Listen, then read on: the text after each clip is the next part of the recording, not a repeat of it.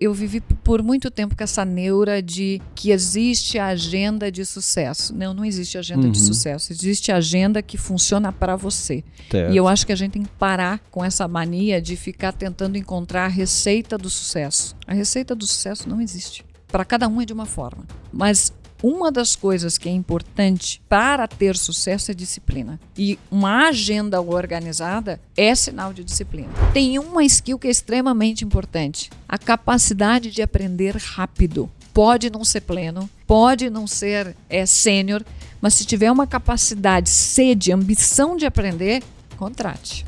Vai dar certo. Né? Disposição. Ele até vai, de vez em quando, perguntar para você.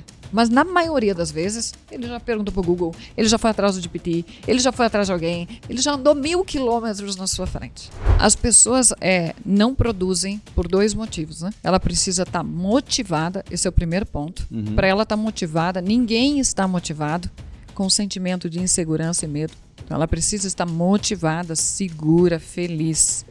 As pessoas felizes fazem clientes felizes e ela precisa estar capacitada. Capacitada é mais fácil, porque você vai ali e ensina o papel, as responsabilidades, o sistema, o processo. Agora, a motivação para seres emocionais que oscilam e que várias coisas interferem em como nos sentimos, essa é mais complicada.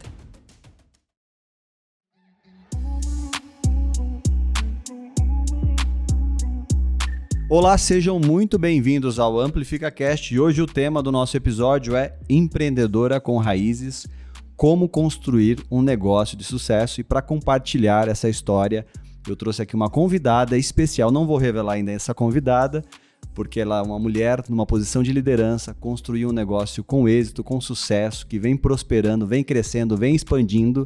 Eu estou aqui com uma convidada especial que é a Thaíse Wesner. Seja muito bem-vinda ao AmplificaCast, Thaíse. Muito obrigada pelo convite, pela oportunidade de estar aqui no canal e dividir um pouquinho da história, que é o item exclusivo de cada um de nós, né? Ah, que legal. E me conta um pouquinho, assim, o que a sua empresa faz, qual é o nome da sua empresa, do seu negócio, o que você vem construindo. Eu vi que você investe em vários outros negócios também, então não empreende só em um, empreende em vários.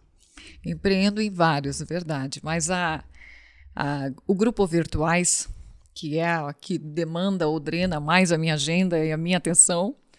80%, 90%? Depende do momento da empresa. Tem momento da empresa que é 120%, e aí vai essa dinâmica de demanda de atenção, vai do momento corporativo. Mas eu amo o que eu faço, trabalho no mercado de tecnologia. Virtuais é uma empresa focada num mercado que cresce a 2 dígitos, graças a Deus. A gente soube mirar um negócio para um mercado bastante potencial, que é a internet das coisas. Então, hoje nós somos a maior operadora móvel, empresa de tecnologia para a internet das coisas. Então, nossos clientes são... Famoso IoT. Famoso IoT, isso aí. Nossos clientes são de diversos segmentos. Inclusive tem o meu irmão, Rodrigo Klein, que é o CEO e fundador da T2 Software, é cliente, coincidentemente é cliente da Thaíse. Já deixo aqui um agradecimento especial para o Rodrigo. Obrigada pela confiança, espero que você esteja feliz com os nossos serviços e feedback sempre é bem-vindo, né? Que legal. Thaís, me conta um pouquinho assim, como é que foi antes de começar o podcast, falar sobre a trajetória da Thaís, lá no nosso YouTube, se você está nos assistindo pelo YouTube, já estamos com mais de 13 mil inscritos, mais de 13.600 inscritos, estamos aumentando a nossa base, nos ajude pegando esse episódio, compartilhando com seus amigos no grupo da família, nas pessoas que você conhece, nas redes e nos grupos de WhatsApp, de empreendedores, enfim. Se inscreva no nosso canal, ative as notificações, se inscreva no canal do AmplificaCast também no Spotify, nos avalie lá com 5 estrelas e nos ajude a crescer, tá certo? Posso contar com a sua ajuda? Então, beleza. Vamos lá. A sua jornada começou com 14 anos, que tem uma familiaridade aqui com outro convidado, que vai sair o episódio também essa semana, depois a gente vai fazer uma brincadeira nas redes sociais com isso. Tem um episódio muito engraçado desse meu início no corporativo. Minha família sempre empreendeu, meus pais são empreendedores, E com 14 anos de idade, meu pai... Eu sou a filha do meio, tenho um irmão mais velho, uma mana mais nova. Eu sou filho do meio também. Você é do meio? Do meio. Sou o mediador entre os conflitos da família. Geralmente é aquele que não veio, não é o primogênito e não é o bebê da casa. Isso, Então, mas a gente foi... meu pai chegou do trabalho e numa conversa rápida comigo e com a minha irmã, ele disse, o pai está um pouquinho melhor financeiramente, a gente é uma família super simples, e o pai queria dar uma mesada para vocês. E a minha irmã pegou na hora e eu fui negociar, né? Eu disse, pai, quanto que é a mesada? Tantos reais. Eu disse, quanto você me paga para mim trabalhar para você? R$250. Eu disse, então tá bom, então vou trabalhar para você. Você sabe que você vai ter que estudar de noite, vai ter que mudar de escola. Eu estava ainda formando, né? Não estava com essa disponibilidade de tempo, então fui fazer o meu ensino médio à noite, saí de uma escola municipal para uma escola estadual e ingressei nos negócios com ele. E tudo muito simples, quando os negócios do meu pai não eram grandes negócios, estavam começando. Qual que é a vantagem disso? Você aprende muito, porque tem falta de recurso para todo lado. Então, falta equipe de vendas, falta equipe administrativa, falta equipe... você não começa um negócio com todas as posições preenchidas. Muito pelo contrário, você nem conhece todas as funções que o dono muitas vezes desempenha, né? Sim. Quando o negócio é pequeno, você faz inúmeros papéis corporativos segregados em uma única pessoa. Legal. E como que foi assim, essa convivência? Como que foi enxergar o seu pai como um empreendedor, assim, desde criança? Isso te inspirou dentro de você? Você queria trabalhar com foco em ser uma empreendedora? Já tinha esse sonho? Ou você, a princípio, queria ajudar o seu pai a construir, a ter êxito no negócio? Acho que a decisão inicial deve ser essa, né? Em ajudar a construir, ganhar experiência. Como que foi esse processo de escolha e como que você enxergava o seu pai? Eu acho que com 14 anos você não tem tanta clareza sobre o que você quer para o futuro. Mas na nossa escassez financeira, eu tinha, desde muito pequena, uma vontade muito grande de mudar o meu padrão financeiro. Então, tinham coisas pequenas de uma criança que incomodavam. Você nunca tem uma roupa nova com uma certa frequência. Você está sempre com um uniforme ou com roupas de doação. Então, tinha algumas coisas ali naquele contexto que a gente vivia, não nos faltava nada, mas que me inquietavam. Eu sempre fui bastante ambiciosa. E o meu pai sempre foi alguém que me ensinou a sonhar muito grande. Ele sempre foi ele é um grande sonhador. E eu acho que eu puxei muito isso dele, né? De que não tem impossível, você sonho pequeno, sonho grande, vai dar o mesmo trabalho para construir. Algumas falas que eu fui criando a minha base de crenças para formatar a minha condição de visão também de mundo.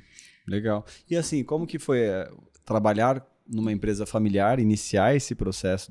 Porque ali existiam outros funcionários, tinham muitos, poucos? Quantos tinham? Era você, o seu pai e mais alguns? Não, no início era bem pequeno, logo que começou. Então era basicamente os membros da família, mais um ou dois fora. Se confunde muito a empresa com os momentos de família, então não tem essa separação. Não tem tão clara. A empresa era na garagem de casa, então realmente... Então já acordava e já estava na empresa. Então você realmente está o tempo todo em família e em empresa, tudo junto e misturado. E como que foi assim? Como que era, analisando assim o seu perfil profissional nesse início? Você se dedicava? Você trabalhava mais do que todo mundo? Gostava de se dedicar? Como que você pode se definir? Eu acho que eu sempre fui, até hoje, bastante intensa em tudo que eu fiz. Com muita...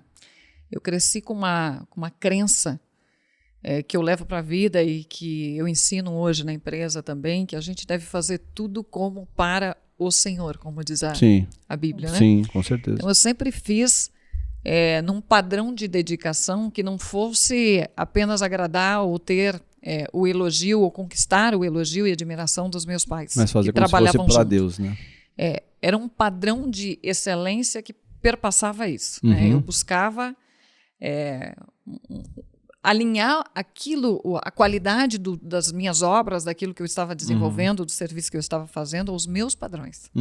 Eu sempre quis fazer tudo muito bem feito, sempre fui muito metódica, sempre fui de estudar muito, sempre guardei cadernos de escola, você pega assim, num risco de detalhes absurdo, então assim, tudo com muita excelência, tudo com muita qualidade, e eu fui levando isso para todas as áreas da vida. E como é que foi assim, essa escolha nesse processo de construção de carreira? Quando você chegou ali no nível de fazer faculdade, você decidiu fazer contabilidade. Exato. É porque você se sentia dentro da empresa que precisava desenvolver skills para poder gerenciar, administrar melhor o negócio?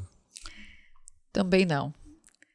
Meus pais, de família, a gente não vem com incentivo para a universidade, isso mudou depois. Eu fui a primeira a ingressar na universidade. Meus pais tinham a formação até a 3ª série. Então não tem como... você não recomenda algo que você não viveu. Sim, é muito exatamente, difícil. É muito difícil, mas eu já vivia num meio que tinha acesso a isso. No meu ensino médio, apesar de ser uma escola estadual e ter vivido meu ensino fundamental numa escola pública, já se falava de o que você vai cursar, o que você vai fazer na universidade, tudo, mas não foi muito projetado. É porque o meu pai foi, meu avô foi, alguém da família foi, ciências contábeis, cursou esse curso. Não foi assim. Mas a escolha foi assim, por intuição. Bem aleatória, por intuição. Tinha administração e ciências contábeis, que era uma área que eu gostava muito, sempre trabalhei na parte administrativa dos negócios. Legal. Lidei muito com financeiro, cobra cliente. E acho que até por conta desse seu desejo, né, de aprender mais, né, de saber como buscar informação, entender, né? Como o dinheiro entra, como ele é fabricado, como que o dinheiro sai. Eu queria muito entender essa dinâmica financeira. Você sabe que tem uma familiaridade, né, do que você está me contando, assim. A minha mãe, eu cresci em bairro de periferia, minha mãe muito humilde, cobradora de ônibus, criou 3 filhos sozinhas e tal. E eu estudava sempre na escola do bairro. E na escola do bairro, normalmente as pessoas não falam de faculdade. E nem em casa. É mais raro. Mais raro, então, onde eu cresci. E aí minha mãe, trabalhando, né, ela fazia uma linha que passava por Pinheiros, aqui em São Paulo. E aí ela conheceu uma coordenadora e tal, de uma escola pública em Pinheiros. E essa ficou amiga da minha mãe. Minha mãe falou, eu queria tanto tirar os meus filhos da escola que eles estão e vir para uma escola melhor e tal. Ela falou, mas aqui é super competitivo para entrar, né? Não é qualquer aluno que entra nessa escola, tem que preencher uma lista. Ela falou, mas eu vou pensar em alguma coisa para você. Aí arrumou para mim e para minha irmã duas vagas nessa escola. Quando eu cheguei lá, para estudar nessa escola, a primeira coisa que me perguntaram foi sobre que faculdade você vai fazer. E eu nunca tinha pensado nisso. Esse tema não existia nem em casa. Então, eu nunca tinha pensado nisso. Eu falei, faculdade? Aí eu cheguei em casa, falei para minha mãe, quando ela chegou do trabalho, falei, mãe, eu preciso fazer faculdade. Ela falou, como assim? Eu falei, eu preciso fazer alguma coisa, estudar alguma coisa e tal. Aí eu comecei a estudar e na época comecei a pensar em como estudar, mas não tinha condição financeira também de estudar e de pagar e tal, porque não estudei em faculdade pública. Mas você vê que o local assim acabou me influenciando para ter essa visão sobre fazer faculdade, que também foi mais por onde eu estou inserido, eu preciso estudar, né? Você foi por uma necessidade de conhecer mais sobre o trabalho, né? E a tua história, assim como a minha, mostra o quanto o meio influencia. Determina muito os nossos sonhos. Sim. Porque se a gente não vive num meio que está falando sobre isso a nossa mente nem alcança para chegar a sonhar com uma faculdade, como era o caso na tua escola pública, como foi na minha. Né? Mas quando eu me matriculei na universidade, eu matriculei Ciências Contábeis número 1, arquitetura número 2, você vê que realmente eu não sabia o que eu queria fazer. Arquitetura número 2, assim, se der tudo errado, tudo bem. Número 3, que você podia escolher 3 cursos. Número 3, administração. Então, assim, alguém totalmente perdida, mas passei na universidade, já ingressei em ciências contábeis e não me arrependo. Nunca exerci ciências contábeis Mas hoje ajuda a avaliar esses negócios que você entra como sócio, o seu também, né? Ajuda muito. Você entender de balanço, você entender... Eu confesso que é o meu ponto fraco.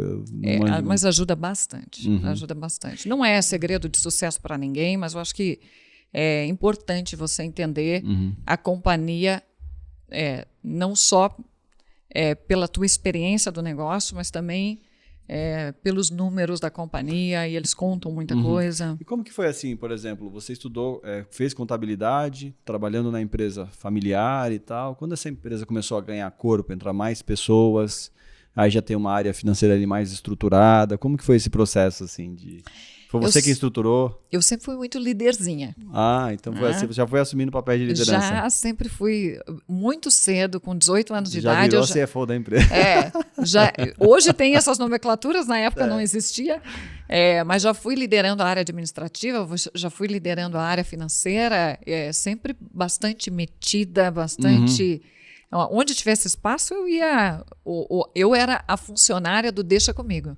Dá para mim que eu faço, deixa comigo. Não, legal. E assim, você, nesse processo, a empresa, ela tinha um direcionamento. Na época, a empresa fazia o que ela vendia? Você estava comentando comigo aqui, antes de começar, vendia hardware. A hardware. Nós tínhamos uma distribuidora no estado do Rio Grande do Sul, que atendia instaladores, lojistas, em materiais de segurança eletrônico. Tinha mais de 1.000 SKUs que a gente administrava, então chegamos a ter, eu acho que uns 60 funcionários, teve uma rede de 5 lojas, eu acho, no total, então assim, foi próspero o negócio. Legal.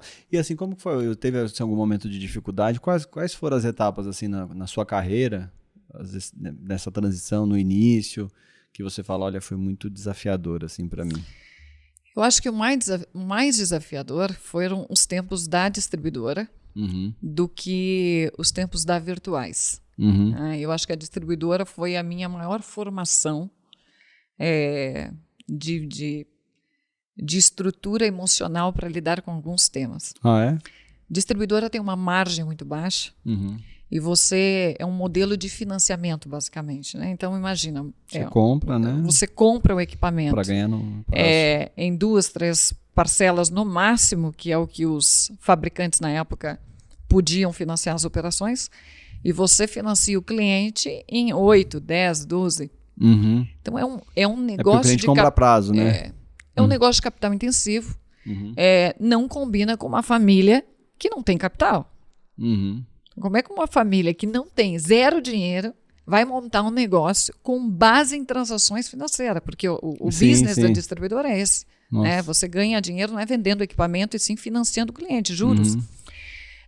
Era o negócio errado para a família errada, mas aprendi muito nesse negócio. E assim, como que foi identificar isso, né? Em que momento você identificou? Era porque tinha muito esforço e pouco resultado financeiro no final do mês? Chegou a passar por alguma crise assim, por exemplo, já ficou sem receber, sabe? Índice de inadimplência altíssimo. Nossa. A distribuidora tem índices de inadimplência assim, gigantescos. E o ciclo financeiro você vai aprendendo com o tempo, esse encaixe do ciclo financeiro. Sim. Então, quando eu peguei o negócio, era um negócio que vivia de muito alavancado com bancos. Entendi. Então, o juro do banco versus o juro que você cobrava do cliente, essa conta não fechava tão bem. Eu demorei para entender esse mecanismo. Enfrentamos uma readequação do grupo na crise de 2008. Desde 2008, a gente veio tendo muito problema para se reestabelecer no mercado, né? Mas, graças a Deus, tivemos uma saída honrosa, né? A família faz um exit em 2012, vende... 2012? Vende a distribuidora, e foi uma escola de muita resiliência financeira. Assim, eu tive situações de chegar... Tem a folha de pagamento no dia seguinte, eu tinha 0 no caixa no dia anterior. E assim, qual que é a lição que você pode deixar assim, em prática para quem está pensando no modelo de negócio? Para abrir, assim, tem vontade de empreender, o que tem que olhar? A margem de lucro primeiro? Eu acho que tem que, principalmente... Se é escalável, o que é? O que você não entraria também? É legal você comentar, que eu não entraria? Eu não entraria em negócios de capital intensivo. Eu não entraria nisso. Em ciclos financeiros muito longos. Tá. Então, eu prestaria muita atenção nesses pontos, onde você tem que despender de um capital importante neste momento, e o ciclo de fechamento dessa venda, do recebimento do cliente, é muito longo. Geralmente, no meu caso, e pessoas que estão nos assistindo e que se encontram na mesma condição de desejo de empreender do que eu, que era só vontade, zero competência. Era necessidade, né? Era necessidade, zero dinheiro. Falo que nem sempre, né? Eu tava vendo as palestras do Flávio. A gente foi no evento da Trinca do Flávio. Eu adoro ele. Esqueci o nome do WhatsApp lá, o nome dele. É Flávio? Flávio Augusto. Flávio Augusto. E ele falou sobre equity, né? É. Você tem que construir a empresa para que ela tenha valor de equity.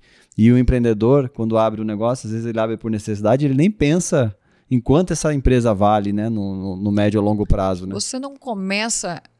o Flávio Augusto consegue falar isso hoje porque ele também não começou com esse modelo mental, né? Sim. Ele não passou por essas etapas aí que você passou também, Todo né? mundo passa por essa etapa de maturidade. Uhum. Né? Hoje ele consegue nos orientar a pensar um negócio pelo equity, mas você não começa...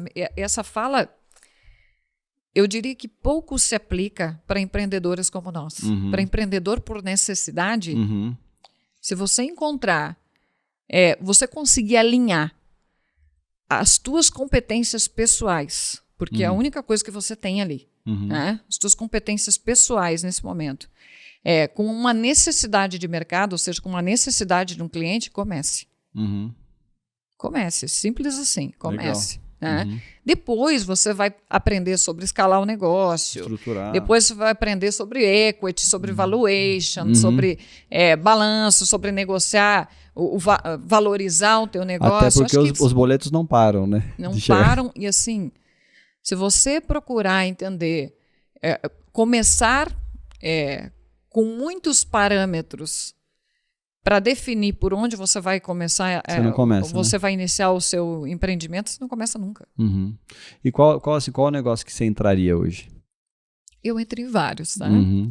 Então, assim, no grupo a gente tem um braço de investimentos, que é o Virtuais Ventures, que eu amo. Amo interagir com essas empresas. A gente faz investimentos em startups. São esses dois parâmetros que eu cuido apenas, tá? Capital intensivo e ciclo muito longo. Gosto muito de modelos de negócio envolvendo o agronegócio, o agro do Brasil. É a terceira fatia do nosso PIB, então, assim, representa muito para o nosso país. Gosto muito de projetos no agro também, projetos que envolvem tecnologia. Sempre na minha pauta tem tecnologia. Sou amante de tecnologia, apaixonada por tecnologia. E invisto em diversas coisas. Então, se você pegar o meu portfólio de investimento, você vai ver, você vai encontrar uma diversidade grande de negócios. Legal. E assim, essa parte de você construir a sua carreira, de se tornar uma líder, depois hoje você é a CEO da empresa, como que você foi se preparando para assumir todas essas responsabilidades? Assim, aí é importante você falar também desse momento da troca, né? Que teve o exit em 2012, aí lançou uma nova empresa, já com esse olhar de montar um negócio que não exija tanto capital intensivo. Sempre. E o ciclo seja menor de vendas. Foi esse o objetivo de criar esse segundo negócio? Foi pensando nisso ou foi em resolver a dor do cliente? Não se tinha essas maturidades desses parâmetros. A gente nunca empreendeu por parâmetros como tem que ser escalado, mas enxergou tem que ser a oportunidade. A gente investe por parâmetros. Aí sim. Quando eu faço o investimento, eu vou cuidar se o negócio tem ciclo curto financeiro, eu vou cuidar a dependência dele de capital de alavanca. Tá. Aí sim. Até porque você está em outra posição econômica e financeira. Você está podendo escolher onde você vai colocar o seu dinheiro. Aí você tem que estabelecer critérios. Quais são os seus critérios de investimento? Quando você está empreendendo numa situação de escassez, não tem critério nenhum. O critério é sobreviver. Então, esse foi o critério então desse segundo negócio também. Sobreviver. Legal. Esse segundo negócio, nós tivemos Meu pai teve a visão dele em 2006. Como que foi essa visão? Assim? Como que começou? Essa visão ela foi compartilhada? Meu pai é um grande visionário. Foi baseado naquela passagem de Abacuque, né? Escreve a visão para que todo mundo passe longe e veja, né? Meu pai é um grande visionário. Até hoje um homem maravilhoso para andar ao lado e você será convencido de que tudo é possível. realmente andando ao lado dele, o impossível vai desaparecer do seu conceito de mente e de vida. Né? Então, em 2006, quando entraram as primeiras centrais de alarmes que nós vendíamos na distribuidora, conectados pela rede celular, ele entendeu a dificuldade que o nosso cliente tinha quando comprava a nossa central, de conseguir, junto à operadora, comprar o chipzinho. Chipzinho que você compra no seu celular. Sim. Então, Eram 2 processos, né? Comprar o equipamento e ir lá na operadora para pegar o chip. Exato. O que a gente fala hoje de experiência do cliente, que está tão na moda, está tão em alta. Meu pai já tinha essa visão lá quando ele começou. A experiência do cliente dele estava ruim. Então, ele foi atrás das operadoras, fez acordo com as operadoras e vendia a central de alarme conectada. Quando a gente vendeu a distribuidora, ele me chamava no dia a dia, quando nós trabalhávamos juntos, ele me chamava de Mana. Ele disse, Mana, a gente vai vender a distribuidora, mas a empresa de chip não, tá? Eu disse, pai, doesn't matter, né? A empresa de chip não é nada, não tem quase nada de cliente, só que preste atenção, porque isso ali dá prejuízo todos os meses. Porque as faturas das operadoras vinham muito acima, com erros, com billings totalmente errado, com sistemas errados, e a gente cobrava do cliente um valor justo, muito inferior àquilo que as operadoras cobravam da gente. Não, minha filha, esse vai ser um grande negócio, eu quero que você toque ele. Isso vai crescer muito, todas as coisas vão ser chipadas no futuro, a gente vai ser chipado. Isso era 2012. Então, olha o alcance de visão do meu pai. Eu acredito graças a Deus, acredito nessa loucura dele, nesse storytelling dele sobre a visão. E começo a Virtuais. Ali eu faço o branding da Virtuais, crio a marca. Eu e mais 2 pessoas, o Israel, que é o meu sócio, que é o CTO da empresa, uma pessoa brilhante, inteligentíssima. Ele é da família ou não? Não é da família, mas é como se fosse, né? A gente está há tantos anos juntos, trabalhando juntos. Israel trabalhou com nós desde a distribuidora, então a gente deve ter mais de 15 anos trabalhando lado a lado. Legal. É sócio hoje da companhia e é brilhante no que faz.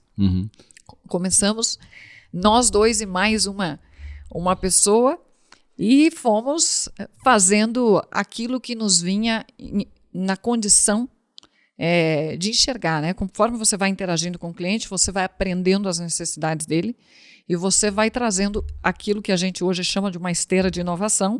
Na época, 3 pessoas, não tem esses processos tão definidos. Foco no resolver a dor do cliente ali, criar coisa. Foco no cliente. Foco no cliente. Estar muito... Acho que um dos grandes ganhos nosso até hoje, um dos grandes méritos nossos até hoje, é estar muito próximo do cliente, sempre ouvindo muito o cliente. E assim, hoje o que você considera importante assim, numa sociedade para ter sócios e pessoas que vão trabalhar em conjunto com você diretamente? O que você avalia? Assim? Respeito, número 1. Os princípios. E aí aqui vale um ponto importante, tá? Respeito é muito fácil de você falar que é um princípio e um valor para você. Não, eu tenho respeito. O outro vai dizer, não, eu também. Tá? Mas os conceitos de respeito são super diversos entre as pessoas. Então, como você vai se sentir respeitado pelo seu sócio e a condição de vocês ter diálogos difíceis para ir construindo o relacionamento define muito a longevidade desse relacionamento. Porque o relacionamento são construídos pelas 2 pessoas, não depende de uma. E aí a sabedoria emocional, a inteligência emocional, como vocês vão combinar o feedback. Não dá para dar feedback o tempo todo, enche o saco. Né? Qual que vai ser as sessões de feedback? Quando que você vai poder falar? Entre os sócios. Legal. Não pode ser uma coisa desestruturada a qualquer momento. Não funciona assim. E esse é um encontro regular, assim, sei lá, acontece trimestralmente, semestralmente? Hoje a gente porque eu saio para jantar e conversa num ambiente a gente sempre teve uma divisão muito grande entre a vida pessoal e a vida corporativa.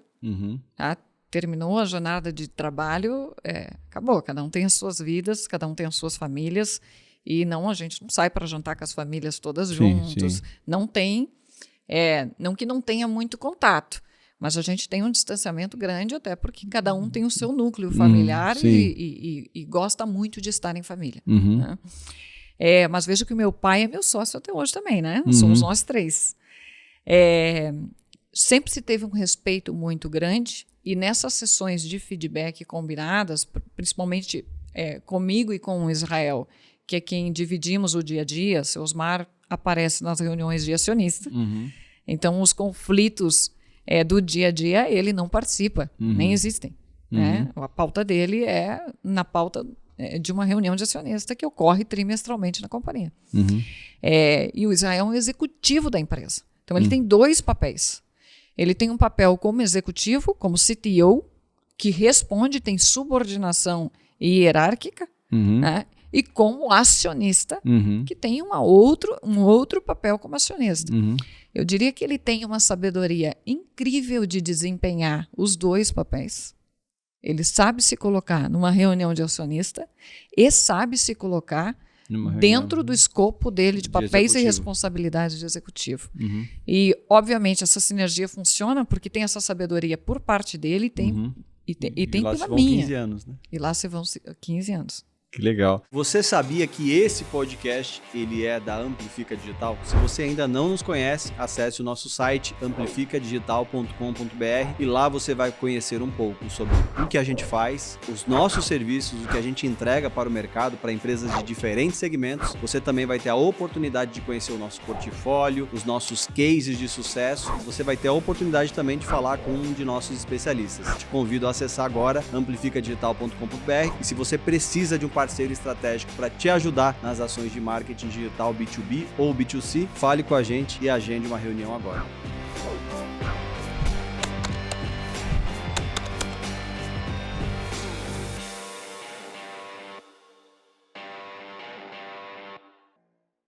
E assim, qual que é o conselho que você deixa assim para as mulheres que querem crescer na carreira?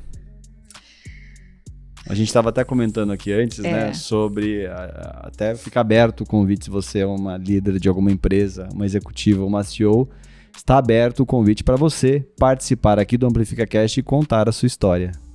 Boa. Eu acho que faltam mulheres, né, nessa coragem de vir aqui compartilhar histórias. Compartilhar nossa história, as nossas vulnerabilidades. Eu acho que aí a gente tem um ponto para aprender e juntas, acho que a gente consegue criar uma rede mais forte. Né? Eu tenho uma dificuldade, se você olhar no corpo executivo da minha companhia, você vai ver poucas mulheres na liderança, nos C-Levels. Eu sou a presidente, eu tenho duas agora. Mas também já também, pelo fato de você ser a presidente, já separa você também de várias outras companhias que tem uma figura... Separa, mas adianta uma presidente mulher...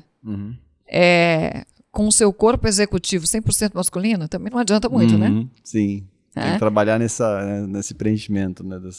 Mas eu vou te dizer que a principal dificuldade, hoje nós temos 2, que é a nossa diretora de RH, uma mulher maravilhosa, fantástica na sua posição, e temos uma na posição de marketing, também está poucos meses com a gente, mas vem desempenhando um papel assim, fundamental nessa área, está estruturando toda a área de marketing da companhia.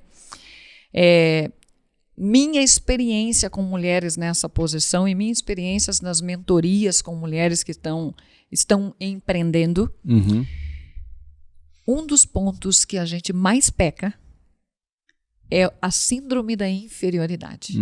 A gente se compara demais. A gente não consegue parar de se comparar, e isso parece que nunca estamos prontas, nunca somos boas o suficiente. Temos uma certa timidez de fala em alguns momentos, o que nos faz perder muita oportunidade. A mulher ela não fala se ela não tiver 100% de certeza. O homem fala um monte de porcaria, desculpa. Sim, acontece. Fala um monte de coisa sem propriedade, mas ele tem coragem e ele fala. Né?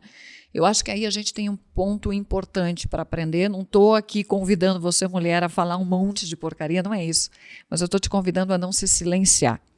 um dos maiores problemas dentro do corpo executivo de uma companhia é quando você faz uma reunião de diretores, e seja mulher ou homem, você entra mudo e sai calado. Ou seja, você não contribuiu em absolutamente nada.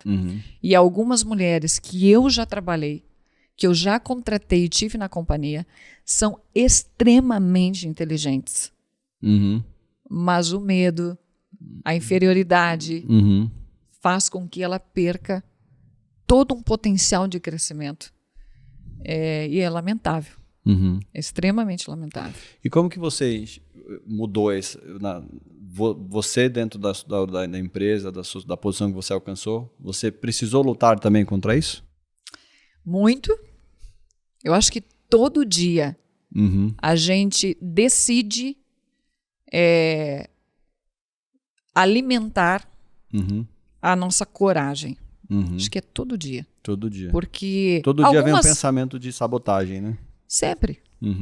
Sempre vem um pensamento de sabotagem. Sempre vem um pensamento de inferioridade, sempre você está... Eu acho que com o tempo, com a maturidade, você vai parando de se comparar, você vai... Algumas coisas vão reduzindo, vão melhorando em você. E algumas conquistas vão te tornando mais autoconfiante. Mais segura. Então. Mas eu diria que, no meu caso, o que me fez chegar até aqui, o que me faz tomar muitos riscos, o que me faz avançar, o que me faz tocar uma empresa com executivos brilhantes que eu tenho o privilégio de ter hoje na companhia e que são mais velhos do que eu, tá? Alguns deles com 50 anos, 60 anos, que tiveram carreiras executivas em multinacionais, hoje trabalham comigo, eu tenho esse privilégio e eu tenho a admiração deles e eu os admiro e eu vejo que nem a idade nos atrapalha, nem muito menos o gênero nos atrapalha. Essa autoconfiança que eu fui construindo e essa decisão diária de saber que eu vou sentir medo, o medo ele é uma constante na minha vida. Infelizmente, eu adoraria apertar esse botão e desligar, mas ele é uma constante na minha vida, eu acho que ele é importante, mas ele é importante quando ele não é o senhor da tua vida. Se você é governado pelo medo, eu acho que ele é um grande problema. Agora, quando ele é apenas um fator emocional e natural, que todos temos, mas o governo da sua vida ainda são os seus sonhos, são os seus princípios, são os seus valores, são as suas crenças, você tendo o valor e a crença de coragem de que você pode tudo naquele que te fortalece, como diz a palavra, e eu creio muito nisso, você não vai deixar de ser dominado pelo medo. Legal. E como que é assim a aplicação da fé no seu dia a dia? Para construir um negócio, são muitos desafios, né? A gente vive em determinados momentos tempos de incerteza e você precisa confiar em algo, né? De que mesmo o que a gente está vendo não está dando certo, mas o amanhã vai ser melhor do que hoje. Qual que é a importância da sua fé na sua função executiva? Eu acho que ela é eu acho não, eu tenho certeza que ela é a base onde eu construí todas as coisas. Onde eu venho construindo todas as coisas. Então, na porta da minha sala, você vai ver duas frases assim na porta da minha sala que norteiam a minha vida. Uma delas é tudo posso naquele que me fortalece. E a segunda frase é todas as coisas cooperam para o bem daqueles que amam a Deus. E é muito difícil você aplicar este versículo quando você perder um cliente grande, quando vem a notícia de que um funcionário super importante seu pediu demissão.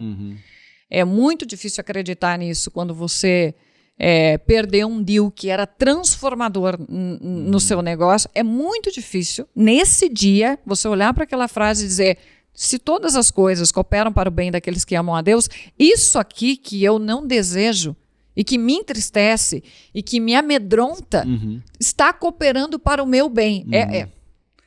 Gente, é quase impossível. Tanto que eu tive que gravar na minha parede, porque eu preciso ler aquela frase, falar para mim em voz alta nos momentos em que a catástrofe ela não está só na minha mente, ela está realizada na minha frente. Está vendo, né? Eu tive diversas situações em que eu olho para isso, eu falo para mim mesma, em voz alta esse versículo, Thaís, tudo pode estar parecendo fora do teu controle, e tudo pode estar parecendo decair. Mas todas as coisas cooperam para o bem daqueles que amam a Deus. No dia seguinte, parece que amanhece totalmente diferente. Você começa a receber um conjunto de outras notícias, os teus olhos abrem para conseguir enxergar a bondade de Deus de uma forma diferente, mas isso é viver por fé. Isso é viver por fé. É você enxergar alguma coisa crendo que aquela decisão foi o melhor, né? Mesmo que tudo está parecendo errado, né? E você sabe que a gente estava comentando aqui, hoje é dia 22, né? 22 de julho. Dia 6 de julho eu perdi a minha mãe. E esse ciclo de 30 dias, de você entrar no hospital, da entrada no hospital, e você não saber qual vai ser a decisão de Deus. E quando Deus decide, você ter que se manter crendo que a decisão dele sempre é soberana e que ele sempre foi para o seu bem, e sempre que faz o melhor, tanto para nós quanto para a pessoa que partiu. Então isso também para mim foi um dos maiores aprendizados que eu tive. É difícil. Porque eu falo que quando eu perdi a minha mãe, eu perdi duas pessoas, eu perdi mãe e pai. Pai eu já tinha perdido, a dor foi grande, mas quando eu perdi a minha mãe, eu perdi os dois. Então, você confiar em Deus no momento da adversidade, no momento que as coisas, você está olhando ali, não sabe se aquela pessoa vai sair da UTI, eu falo que isso, de fato, é você confiar. E no outro dia, você acordar e falar, Senhor, e agradecer. Eu lembro que eu fiz uma oração depois que minha mãe partiu, mandei ali para a lista de transmissão, os grupos da família, agradecendo a Deus, porque Ele sempre sabe o que faz. Exatamente. A gente não compreende. Não. A gente não entende, mas eu sei que todos os planos que ele tem nunca vão ser frustrados. E não nos cabe tentar entender. Sim. Porque a sabedoria de Deus está tão distante da nossa, está tão acima da nossa, a gente nunca vai conseguir alcançar. Eu estava lendo aquele versículo que diz que os pensamentos deles são mais altos do que o nosso. Olha quando Jó reclamou, né? Poxa, Deus, olha tudo que está acontecendo comigo. E Deus vem e fala com Jó e diz, Jó, acaso é você que bota o sol todas as manhãs? Acaso é você que dá o curso dos ventos? Poxa, se você não entende nem disso, você está querendo me questionar. Exatamente. E imaginar que eu possa ser, de alguma forma, injusto? Óbvio que não. E você vê, né, que isso é extremamente importante, porque quando você lidera uma empresa, lidera um negócio, você tem várias famílias que dependem daquele negócio, tem momentos de dificuldade, tem incerteza da economia, tem um cliente que cancela, né? E nesse momento, as pessoas olham para nós e a gente não se desespera. A gente firma o nosso pensamento em Deus e crê que vai acontecer algo melhor no amanhã. Ou a gente se desespera... Depende da nossa condição do momento. Eu acho que de se desesperar, eu digo sempre de se desesperar em particular. Eu acho que isso eu sempre, quando eu tenho um momento muito difícil, eu escolho momentos específicos para ir ali, para fazer a minha oração, para me colocar na dependência de Deus. Porque o medo, né? A gente sente medo. Sempre está presente. A gente se sente insegurança. E a gente precisa encontrar esses momentos para poder se manter de pé. Porque no outro dia você é o capitão, está liderando aquele barco, é o capitão do barco. Você tem que entrar na empresa com um sorriso, super autoconfiante, passando confiança para as pessoas. Porque se você passar medo, o que vai acontecer? Né? As pessoas não produzem por dois motivos, né? Ela precisa estar motivada, esse é o primeiro ponto. Para ela estar motivada, ninguém está motivado com o sentimento de insegurança e medo. Sim. Então, ela precisa estar motivada, segura, feliz. As pessoas felizes fazem clientes felizes. E ela precisa estar capacitada. Capacitada é mais fácil, porque você vai ali e ensina o papel, as responsabilidades, o sistema, o processo. Agora, a motivação para seres emocionais que oscilam e que várias coisas interferem em como nos sentimos, essa é mais complicada. Como eu, que também sou emocional, carne e osso, tenho medo, tenho boleto, tenho uma série de coisas como todo mundo, né? Vou me permitir transparecer os meus pânicos, os meus medos, as minhas ansiedades. Não posso. Não posso. Então, eu acho que o corporativo também te traz muito essa maturidade. E as coisas não param, né? Eu me lembro que nesse ciclo de 30 dias... os grupos, as mensagens, as coisas continuavam acontecendo, né? As contas, os dias, tudo estava acontecendo da mesma forma. Exatamente. O mundo não para porque você está vivendo um problema, né? Agora, torna a tua vida mais leve quando você tem uma fé fortalecida. Uhum. Sem dúvida nenhuma, é mais fácil. É mais fácil. Você tem esperança. Não só a esperança, mas você tem, em algum momento, mesmo em períodos que você está com uma fé mais fraca, está difícil de crer que aquilo realmente está cooperando para o seu bem, mesmo assim, né? A misericórdia de Deus nos auxilia neste período para a gente não entrar em crises mentais absurdas. E como assim, o que você olha quando você vai contratar vai estar trabalhando com um executivo lado a lado? O que você olha, uma executiva? O que você olha assim, que são essenciais que essa pessoa ela tem que ter? Depende a fase corporativa. Então, agora, se a gente está num planejamento estratégico em que vai exigir um perfil mais agressivo, que vai exigir um perfil mais dominante, às vezes, né? Alguém que não é que não está disposto a ouvir, as pessoas são ensinadas a ouvir, mas às vezes está num processo de growth, em que você tem que tomar decisão muito rápido. Você tem que fazer. É um tipo de perfil.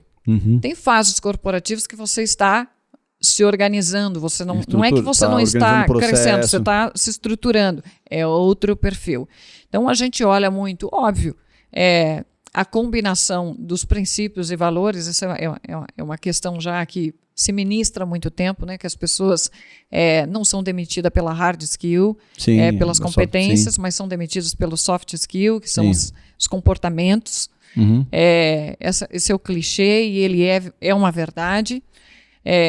Acho que fazer uma recomendação aqui é de alguma forma, até usando o ChatGPT mesmo, você colocar aquilo que são princípios e valores para você, e eu vejo muito empresário que não conhece os seus princípios e valores. E empresa de dono, a cultura da empresa é os princípios e valores do dono. A gente erra mesmo. Às vezes, na hora de contratar, eu já não deixei isso, não tinha isso uma clareza para mim. Isso dificulta quando você contrata, porque aí você faz uma contratação errada que não se alinha com a cultura da empresa e que acaba, né, numa empresa pequena, como é o nosso caso, aparece mais. Isso, aparece mais. Numa empresa maior, menos, né? Numa empresa pequena aparece mais. Então, a primeira coisa é fazer essa análise de fit cultural, se os princípios e valores estão alinhados. E a hard skill é entender bem quais são as competências necessárias para aquela função. Ele precisa ter X anos de experiência, você está disposto a ensinar, é uma pessoa mais júnior, você tem tempo para ensinar, ou é o que o seu caixa alcança?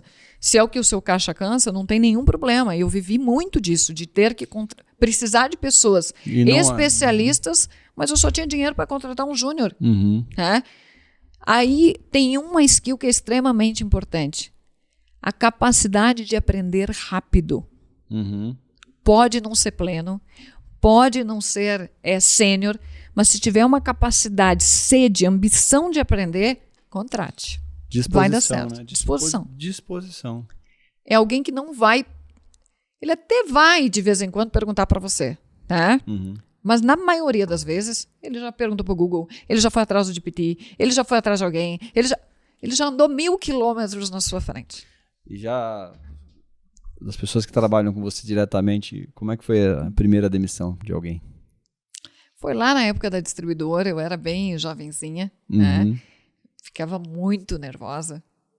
E queria porque é uma coisa, é que nem termo de relacionamento, você não quer falar, né? Você fica e já começava me desculpando, né? Não sabia fazer, obviamente, de tanto fazer, a gente vai aprendendo. Hoje é um processo muito estabelecido, assim como contratação. De desempenho, né? Fit cultural, essas coisas. E é simples. Né? Tem processo de contratação, tem processo de demissão. E eu acho que quando você faz mediante um processo claro a demissão, não dá estresse. Sim, porque a pessoa já tem ali muito claras as expectativas, né, o que ela deve fazer para permanecer ali, para então ela continuar. Óbvio que quando a empresa cresce, você vai tendo pessoas diretores que têm os seus funcionários, os seus departamentos, é eles que estão contratando, é eles que estão demitindo. Óbvio que a empresa vai perdendo, você não vai mais conseguindo controlar tão bem se estão contratando e demitindo como você faria. Não, isso já perde esse controle, né? Mas você precisa minimamente criar uma modelagem de aculturar as pessoas, né? De garantir que os teus líderes estão seguindo processos, estão seguindo políticas, e que entendendo que não vamos agradar todo mundo. Não tem como agradar todo mundo. Então, às vezes, eu tenho casos disso, de funcionários que saíram com mágoa da corporação, mágoa do seu líder, mágoa da forma que foi feito.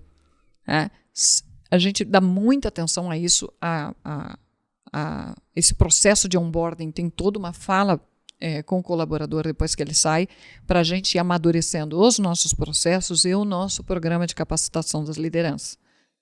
Seja ela numa reunião de Comex que a gente tem lá, seja ela num one-on-one, numa pesquisa NPS, que a gente acompanha bimestralmente isso.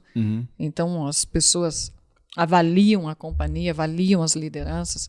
A gente é bastante atento a isso. Legal. Você comentou aqui, antes de a gente começar, sobre essa coisa de você gostar de visitar cliente, de estar no cliente, de vender. Como que é essa... Amo. Porque no começo você ficava mais na parte administrativa, depois você foi... Isso lá na distribuidora, porque tinha funcionários na área comercial, meu pai era mais o comercial, e tinha os papéis bem definidos. Quando foi a Virtuais, que com 3 funcionários, você é tudo, né? Você é o contador, você é tudo. Você é o vendedor. E aí tive que ir para vendas, tive que ir conhecendo um pouco esse mercado. E o que eu mais gostei de vendas, eu sou apaixonada por histórias. Ontem eu fiz até uma postagem no meu Instagram, que eu disse assim, Deus nos fez todos iguais à sua imagem e semelhança. Mas tem uma coisa que é um produto único, exclusivo de cada um de nós. A história é exclusiva. Vai ter gente com histórias parecidas, mas iguais nunca vai ser. Então eu sou muito... Qual que é o seu Instagram, hein, pessoal? Thaís Wessner. É o meu Instagram, tudo junto, pode botar lá, você vai me achar. Uma fotinho com fundo roxo, tá fácil de achar. E eu falei sobre isso porque eu sou apaixonada por histórias. Então, visitar cliente para mim, e eu tenho o privilégio de, quando eu vou a campo, sempre é com o dono, é com quem fundou a empresa, é com alguma posição que vai dividir comigo a história de como começou. Você faz aqui no podcast de uma forma profissional e deixa um legado importante lá, o histórico de todas essas histórias. Eu faço de uma forma informal, né? No one-on-one ali com o cliente. É maravilhoso. Eu amo isso de conhecer a história dele, como que ele empreendeu. Nos relatos das histórias, você se vê muito e você aprende muito. Uma coisa, chegando quase no episódio 100, esse aqui qual é o número, Alex? 93? Chegando quase no episódio 100, entrevistando vários CEOs, eu percebo a similaridade entre muitos, nem todos se conhecem, alguns se conhecem, às vezes do mercado, alguma coisa assim, mas você percebe o padrão de histórias, de dificuldade, de assumir risco. Uma coisa também que a gente percebeu aqui, né, convidando CEOs para o Amplifica Cash, a maioria deles, todos são muito pontuais. CEO não se atrasa. Estão sempre à frente do relógio, é impressionante. Então você começa a ver, assim, assumem riscos, são pessoas também que estão sempre dispostas a aprender. Muitos comentaram como você, quando entram executivos mais experientes, é gostoso porque você aprende muito, né? Com a história, com a empresa. Você troca. Porque você está na sua empresa ali, você aprendeu muita coisa do seu dia a dia, mas quando vem um outro que trabalhou numa outra empresa, você aprende. Eles são sempre muito motivados a aprender e gostam muito de desafios. E gostam muito de conversar e de dizer histórias e de ouvir histórias. Exato. E no cliente você aprende tudo. Não é, eu digo que eu não acredito em executivo de ar-condicionado, que é como eu falo lá na empresa. Não acredito em executivo dentro que imagina que vai conseguir tomar uma grande e uma boa decisão a partir do conforto da sua sala. Ou num dashboard na tela. Não é assim. Hoje a gente força com que os nossos executivos, independente da sua função, eles vão a campo. Até o RH agora a gente quer trazer ela para fazer algumas visitações a clientes, até diretora de RH, porque é no cliente que você, de fato, está desenvolvendo o negócio da empresa. E ali ela entende também, consegue entender e até repassar isso, né, para os novos que vão chegar, enfim. Inovação é no cliente. Ampliação de negócio é no cliente. Fortalecimento de aquilo que a gente chama de lifetime do cliente. Como aumentar o lifetime do cliente? Tenha relacionamento com ele. E a sua dinâmica hoje, você vai todos os dias para o escritório? Como que é a sua... Todos os dias, não só para o escritório. Hoje estou aqui com você. Viajando, né? Vim de um cliente agora com o diretor comercial, adoro fazer visitas ou com o diretor comercial. Até questionei ele na visita e disse, e o fulano que você contratou, achei que ele ia estar aqui junto, um executivo de venda que vem de uma grande corporação também. Adoro ver o meu time jogando, ir lá com eles e ver eles na frente do cliente, para ver como eles falam, da empresa, como eles apresentam a empresa, para ver quanto ouvinte eles são. Tem muito executivo que fala demais. Né? Você está indo para falar, para se vender, ou você está indo para trocar? Né? Para ser legal para os dois. Né? Então, gosto muito também de assistir o meu time em campo. Adoro palestrar, dividir conhecimento, que eu estou fazendo aqui com você. É uma das pautas que eu me apaixono muito. Mentorar é uma coisa que eu gosto muito. Tem várias atividades e tem o dia a dia, óbvio. E como que você divide assim? Você tem dias específicos, dias que você visita cliente? Você separa a sua agenda dessa forma? Toda semana? Tem uma programação já antecipada? Eu tenho uma programação anual já. Anual? Anual. Então, tem feiras que eu vou não participar. Hoje eu tenho um vice-presidente, então, que assume uma boa parte da agenda operacional. Com você, né?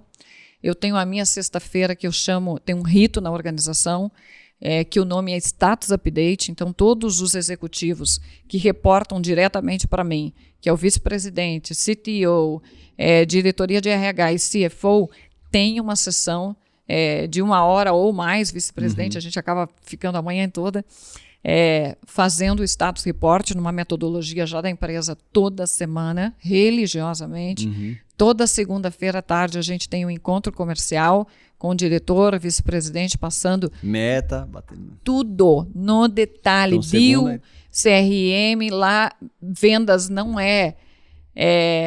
vendas para nós é ciência, sim. Não é arte, não vendas é processo, vendas é administrado como qualquer outro departamento e é no bit byte. Abre a oportunidade aí, nós vamos olhar. Tem processo para tudo, tem indicador para tudo. Então, essas são ritos fixos. A gente tem a sessão de Comex, que é uma vez por mês, reunião de resultados uma vez por mês. Então, tem vários ritos de governança, reunião de conselho, que é mensal, que já estão num calendário anual da minha agenda. E aí eu tenho fatias de tempo que eu separo. X percentual do meu tempo, de horas do meu tempo mensal para mentorias, para estar aqui.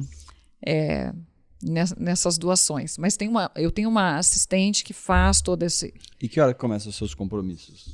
Eu acordo às 6 da manhã. Eu amo acordar cedo, todos os dias. Vai claro que eu tenho as exceções, né, gente? Tem as exceções, um dia que você quer dormir até mais tarde. Não, malho à noite, não malho de manhã. Eu não consigo à noite, eu só faço de manhã. Não, eu não consigo de manhã. Acordo de manhã, tenho ali minha 1 hora de meditação, oração e algum tema que eu... Conta como é que é essa sua rotina, né? Acorda às 6, aí vai meditar, vai ler a Bíblia, como que é essa... Tenho 3 dias na semana que eu tenho meu 30 minutinhos legal, de... as pessoas podem aprender como que elas organizam o dia. Mas, gente, assim, eu vivi por muito tempo com essa neura de que existe a agenda de sucesso. Não existe agenda de sucesso. Existe a agenda que funciona para você. Certo. E eu acho que a gente tem que parar com essa mania de ficar tentando encontrar a receita do sucesso. Certo. A receita do sucesso não existe. Para cada um é de uma forma. Né? Vou falar, mas uma das coisas que é importante para ter sucesso é disciplina. E uma agenda organizada é sinal de disciplina. Legal. Organizar desde não só os compromissos do trabalho, mas todos os outros. Tudo que você precisa para ser feliz, né? Pra eu viver. tenho uma agenda anual, com já tá os aniversários, Dia das Mães, aniversário de não sei quem, das pessoas importantes. Aqueles dias eu já sei. Aniversário da minha avó, cai naquele dia, eu já sei se eu vou estar numa viagem, se eu não vou estar, que eu tenho que voltar final de semana caso eu tenha uma viagem, porque aquele dia para mim é importante. Então, eu tenho uma agenda já super estruturada. E no seu horário de meditação, o que você faz? Como que é a sua meditação? Eu gosto muito já que você falou que cada pessoa pode encontrar o seu horário de meditação, o seu é às 6 da manhã. O meu é às 6 da manhã, gente. Acordo e vou fazer minha meditação. Eu estou agora, neste momento, eu gosto muito de ler a Bíblia, então para mim me alimenta muito, e eu gosto não de ler, mas de meditar, como um livro. Sim. Né? A Bíblia é um livro. Então eu estou lendo uma determinada história, eu gosto de me imaginar nela. Eu gosto de entender como que ela se aplica no meu dia. E agora uma coisa que eu estou fazendo, que tem me ajudado bastante também nos estudos bíblicos, é fazer isso junto com o ChatGPT. Não usei isso com o ChatGPT. Ele traz, às vezes você está lendo um versículo, aí você quer trazer já de forma dinâmica comparações, dado histórico e tal. Aí você consegue cruzar com o que você está estudando versus um outro ponto de vista. É bem interessante. Super interessante. E eu adicionei uma coisa que conflita em alguns contextos, mas tem um livro de Diário Estoico, acho que é o nome. São 365 lições, e o estoicismo vai falar muito da parte comportamental. Eu não estou aqui para fazer juízo de valor, se é certo ou errado, mas eu acho que ele trabalha uma parte comportamental importante de autoconhecimento. E eu adiciono essa lição no meu dia. Então, faço ali rapidinho a leitura do Diário Estoico, já pego a Bíblia, medito e até tento fazer uma combinação dos dois.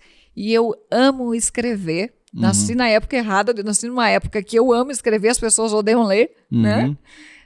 E eu gosto muito, daí pego meu iPad e faço uma escrita sobre aquilo que você leu. Aquilo que eu li aplicado à minha vida. E até porque é dessa forma que você consegue, de fato, aprender, né? Aprender é o meu momento, e absorver o conhecimento. A minha esposa, ela já tem um kit lá, quando ela estuda a Bíblia todos os dias, ela tem um kit, com a Bíblia dela toda marcada com aqueles marcações de página, aqueles negocinho colorido. Tem um caderno de anotação, então ela tá com uma meta aí de ler a Bíblia toda, não sei se foi em um ano. Ela é bem organizada com essa parte. Eu já sou menos organizado, mas eu também tenho esse hábito de todo dia meditar, porque é importante, é o que me ajuda. Quando eu não faço, eu sinto diferença. Eu vou postergando isso por outros compromissos, eu percebo que isso me afeta no meu dia a dia. De alguma forma, a gente precisa um momento, seja meditar, seja respirar, seja lá o que você entender. Né? Mas você precisa silenciar a mente. Nós estamos com tanta informação, e eu vejo pessoas, eu convivo com pessoas que acordam de manhã, a primeira coisa é pegar o celular. E aí já entra naquele looping. O meu nem carrega no quarto, o meu carrega fora. Mas veja, a sua mente... minha mente estava descansando à noite. Gente, não é a mesma coisa. Não é a mesma coisa. Você precisa de algum momento em que você organiza você mesmo. Sim. Sem tocar mais coisa para dentro. E eu pego o celular, por exemplo, cheguei em casa, boto o celular para carregar, eu já não toco mais. Tanto é que às vezes a pessoa manda mensagem para mim 9 horas da noite, 9h30, 10 horas, eu já não vejo, só vou ver no outro dia. Já estou dormindo, gente. Eu durmo super cedo. E também, quando eu acordo no outro dia, o celular não é a primeira coisa que eu pego. Porque antigamente o celular ficava do lado, a primeira coisa que você pegava já se envolvia num problema, aí você já ficava abre o Instagram, ansioso, já abre não sei o quê, já abre o e-mail, já abre o WhatsApp, já tem que responder. Não abre. Não abre. Legal. Como que você está enxergando, assim, agora já falando um pouco da empresa, como que você está enxergando assim, as oportunidades no seu mercado, o futuro? O que você enxerga assim, de oportunidade no mercado que vocês atuam? Graças a Deus, como eu falei no início, a gente está no mercado que cresce muito. Então a gente agora está... Eu vi que o ano passado, 2024, acho que foram 50 e alguns milhões de faturamento, né? Mais de 50 milhões. É isso. Cresceu mais de 30%. Mais de 30%? Esse ano deve passar isso também, deve superar isso também. A gente está investindo bastante em agronegócio. Agronegócio, a gente tem um privilégio de poder levar conexão. Tem muitos lugares que a gente chega que não tem nada. Então a gente conecta as pessoas e é tão legal, porque eu me vejo um pouco assim, né? Quando você passa a estar conectado, você passa a poder fazer um curso, a consumir um conteúdo de qualidade como esse. Você sai de uma limitação de ganho de conhecimento para um mundo altamente potencial em ganho de conhecimento. Então, a internet, eu acho que ela nos nivela muito. Claro que exige disciplina, né? Como você vai usar. Eu estava vendo ontem um conteúdo que estava falando que o Google lançou uma função, o Google Meet lançou uma função que você consegue fazer reuniões online com a outra pessoa e a sua voz já tem uma dublagem automática agora para outro idioma. Para outro idioma, sim. Então, assim, o negócio... Maravilhoso, maravilhoso. Então, a internet possibilita essas coisas. Né? A gente leva tecnologia para o agro, seja numa rede 4G, seja aplicações mesmo para digitalizar e automatizar alguns processos. No mercado de segurança, cidades inteligentes. Então, a infinidade de aplicações que nós estamos inseridos hoje... eu não saberia te dizer mais em quantas, nem como você falou, o meu irmão é cliente, nem quantos clientes são. Hoje, graças a Deus, a gente cresceu bastante. Tem muito ainda. E o modelo de negócio de vocês é de receita recorrente ou são projetos? Tem projetos e também receita recorrente? Tudo receita recorrente. Tem projetos, então a gente vai fazer uma rede que é algo... que já interfere num desses princípios que eu tinha dado antes de investimento, por exemplo, rede é capital intensivo, né? Você está fazendo ali uma infraestrutura para receber depois de uma forma recorrente. Mas aí a família tem outra condição hoje, nós estamos em outra condição hoje de fazer esse tipo de investimento. E até de entrar em projetos específicos, maiores, né? E no dia a dia tem toda a parte da venda transacional, que é a conectividade para diversos dispositivos de IoT, rastreador veicular, semáforos inteligentes e a infinidade de dispositivos conectados hoje. Legal. Thaís, nós estamos chegando ao final do Amplifica Cast, mas antes de encerrar, eu quero te pedir mais uma vez para você lá no nosso YouTube se inscrever no nosso canal, ativar as notificações, lá no Spotify nos avaliar com 5 estrelas para nos ajudar a crescer a audiência do Amplifica Cast. Estamos chegando a quase 14 mil inscritos no nosso YouTube e muito obrigado pela sua participação e não deixa de deixar o seu like no nosso canal. Para a gente encerrar aqui 3 conselhos práticos que você deixaria para uma mulher executiva. Para uma mulher executiva. Bom, primeira coisa, não duvide de si mesma. Você está pronta, sim. Por mais que você imagine que não esteja e por mais que você não sinta que você não esteja. Domine o seu medo, domine o seu sentimento falso de inferioridade. Ele não é uma verdade. E vá com coragem, se exponha, tenha coragem, não tenha medo de errar, não tenha medo de ser criticada, não tenha medo de ser zombada muitas vezes. É assim que a gente aprende. E não deixa esses episódios, quando eles acontecerem, interferirem na sua coragem, você mudar o seu comportamento a partir dali e se retrair.